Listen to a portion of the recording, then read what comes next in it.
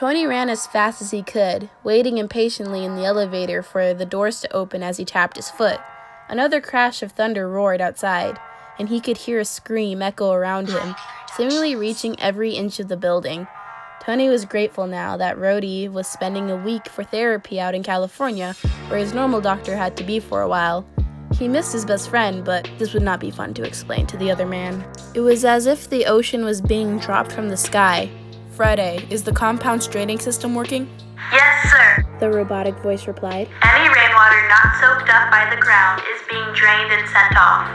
"Okay, Friday, on my signal, open compartment E124, Tony stated as he began to shed his fancy coat, leaving it to drope over a chair nearby. "And turn on the outside lights." "Of course, boss." "Friday, now!" The AI complied silently. The lights outside lining the path suddenly turned on. A small compartment a few yards away opened up, showing a small, tattered box within, and the door slid open. Tony almost lost his footings when he took his first steps outside. The ground was slick with rain, and the water was slamming into him. Gusts of wind crashing against his body, causing him to stagger a bit before he managed to gather his bearings and continue. He pushed forward, vaguely wondering why he hadn't gone his Iron Man suit, even if he knew that would take too long. Times like these made him really excited for when he finished the nanotechnology. Squinting and using his arms to try to block as much of the rain as possible from hitting his eyes, Tony continued to push onward. He honed in on the light around the small box he was hoping to grab. Another flash of lightning exploded in the sky, maybe a mile away, and Tony willed himself to go faster as the sound of thunder descended upon the world. Finally, gripping the side of the barrier to steady himself, the billionaire reached inside the compartment and grabbed the tiny box. Tucking it inside of his jacket, Tony turned to stagger back towards the door.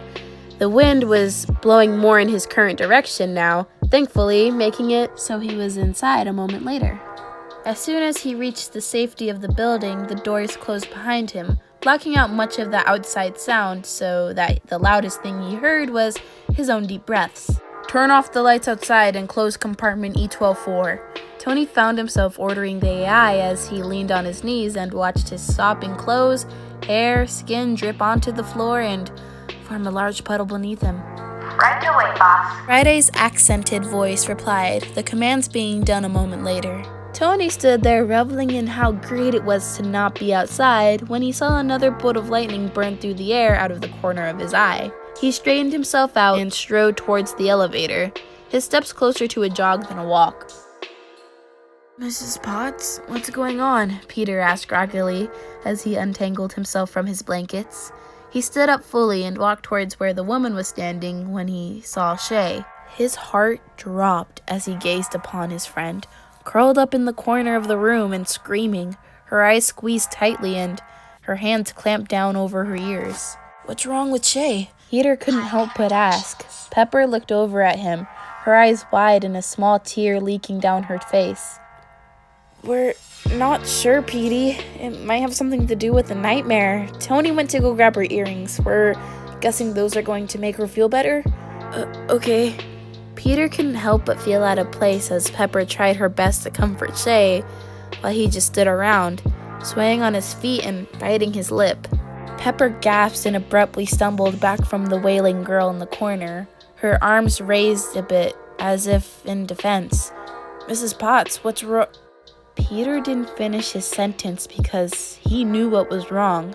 Shay was still screaming, but now she was glowing too. A vibrant purple outline was pulsing from her, and as another crash of thunder tore through the air, she screamed more, and the outline expanded for a moment, brightening before it settled back to where it had been before. The area that it had expanded to, though, was burned. Well, singed at the very least, as if a fire had come through and been put out already. Peter turned to Pepper, his eyes wide as he began to speak. "What?" Suddenly, the elevator's doors opened and Tony Stark stumbled out of it. He was huffing and dripping wet, but reached into his pocket to extract the small box. He held it forward as he took a few steps and stared gruffly. "Earrings." Peter jumped into action, leaping over the couch and running towards the billionaire. He plucked the small box from Tony's hands as the man, who seemed to be exhausted from his small journey, wobbled behind him. Peter turned on his heel and shot back over to his friend. As he ran, however, he realized that he recognized the tattered box he grasped in his fist. It was the same box he had seen Shay with earlier that very same day. School from barely 10 hours ago felt like a lifetime ago at this point. Peter finally skidded to a halt in front of Shay. The glowing color around her seemed to have grown in size, and her screaming had picked up with it. However, he mustered up his strength and yelled, "Shay, I have the earrings!" At his words, the girl's eyes flew open, her screams refusing to cease. They were red and puffy on the outside, and her normal brown irises were surrounded by a vibrant violet ring that surged at tangent with the shine around her. Her eyes widened at the sight of her earring box, and she snatched it from her friend and ripped open the cover, revealing 2 little white fake pearl earrings resting in the box. She grabbed the earrings and tossed them away from her before lifting up the small cushion they had been laying on to reveal the black bottom of the container, covered with small buttons and knobs, as well as 2 tiny devices that Peter thought looked simply like little hidden microphones in the movies or something. She took the devices greedily and hastily moved her hair back to place each one behind her ear. As soon as she did, she pressed a button in the box as quickly as she could, and suddenly her screams ceased.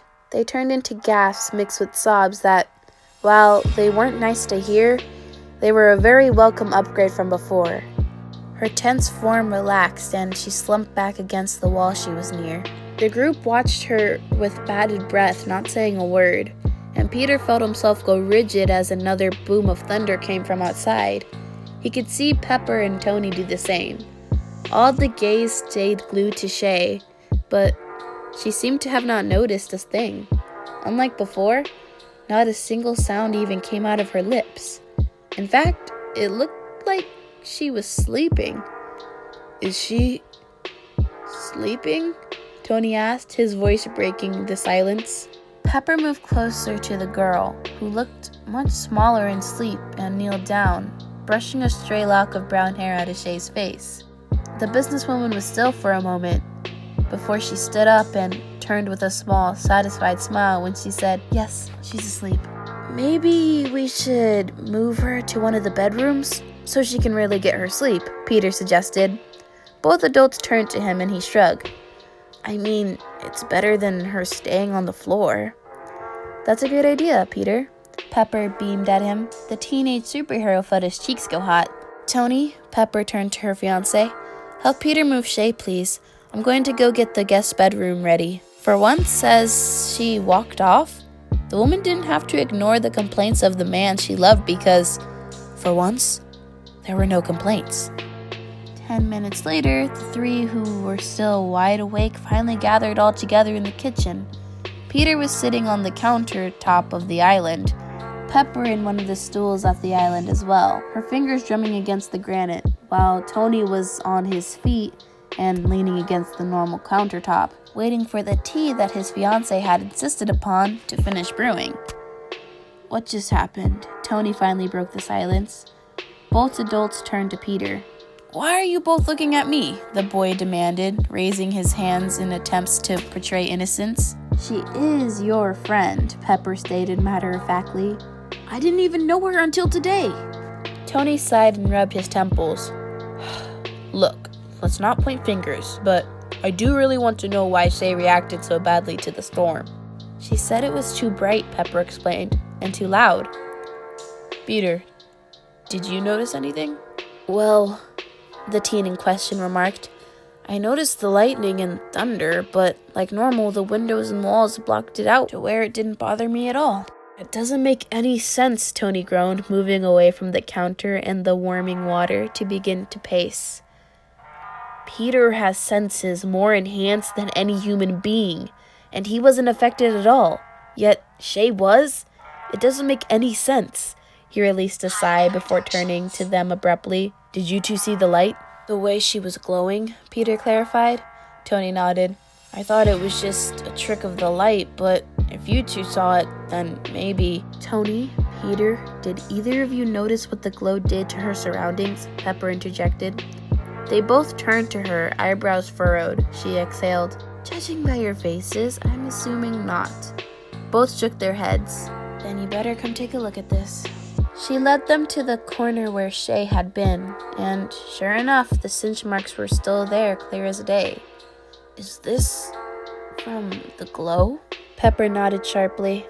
Whenever there was thunder, the light stuff around her seemed to pulse, I guess, and when it calmed again, the light left those burns right there.